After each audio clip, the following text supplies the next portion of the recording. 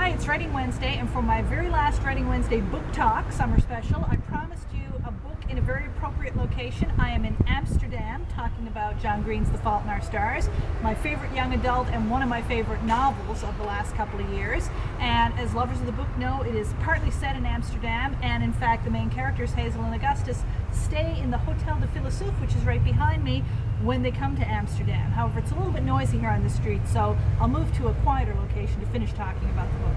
So I would argue that what makes The Fault in Our Stars great is not the exotic, partially in Amsterdam setting, because of course there are lots of great books written in different settings. I would also argue it's not the touching love story of star-crossed lovers, and it's not even the very realistic portrayal of an adolescent living with cancer. I think it includes all these things, but so do lots and lots of other books that have done it, nearly as well. I would argue what makes this novel so extremely well loved by the people who love it, including me, the millions of readers who love it, is the same thing that makes nearly every great novel great, and that's voice. It has a first-person narrator, and although it's written by an adult male, John Green, he does a fantastic job of capturing the voice of, yes, a 16-year-old girl with cancer, but so much more than that, the voice of a smart, snarky 16-year-old. And believe me, that's a voice I recognize, because I once was a smart, snarky 16-year-old. I have one living in my house now. I have another one in training coming along. And when I read this book, I recognize that voice, and it rings so true immediately.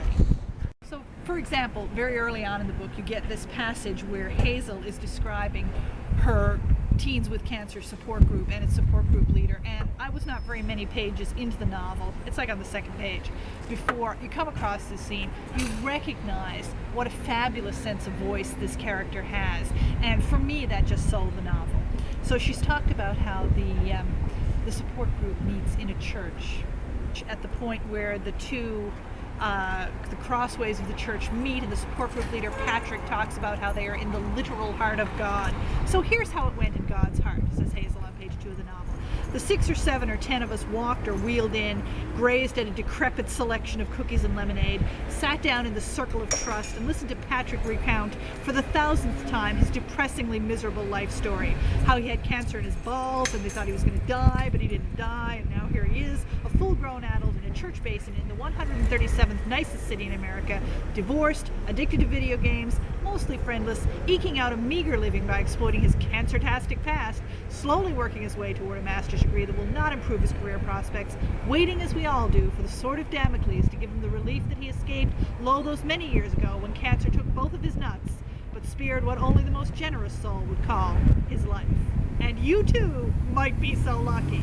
That's a great sense of voice, and for me it's what really carries this novel. As with all great novels, I think voice is perhaps more important than anything else. And I guess that's how I want to conclude this series of book talk, saying that if the writer can create a strong voice for their narrator and their characters, and that comes across, then the reader is going to be hooked and engaged, most readers anyway, and that's what we're really all striving for. Well, I'm wrapping up my book talk series here in Amsterdam, going home soon. I'll be home by the time you watch this, and I'm going to stop talking about other people's books because this week my book is out in stores. A Sudden Sun is now available. Go buy it. There'll be links down below, and for the next couple of weeks I'm going to be talking about that, about what happens when your book comes out and you have to actually get out there promoting it. So see you next week.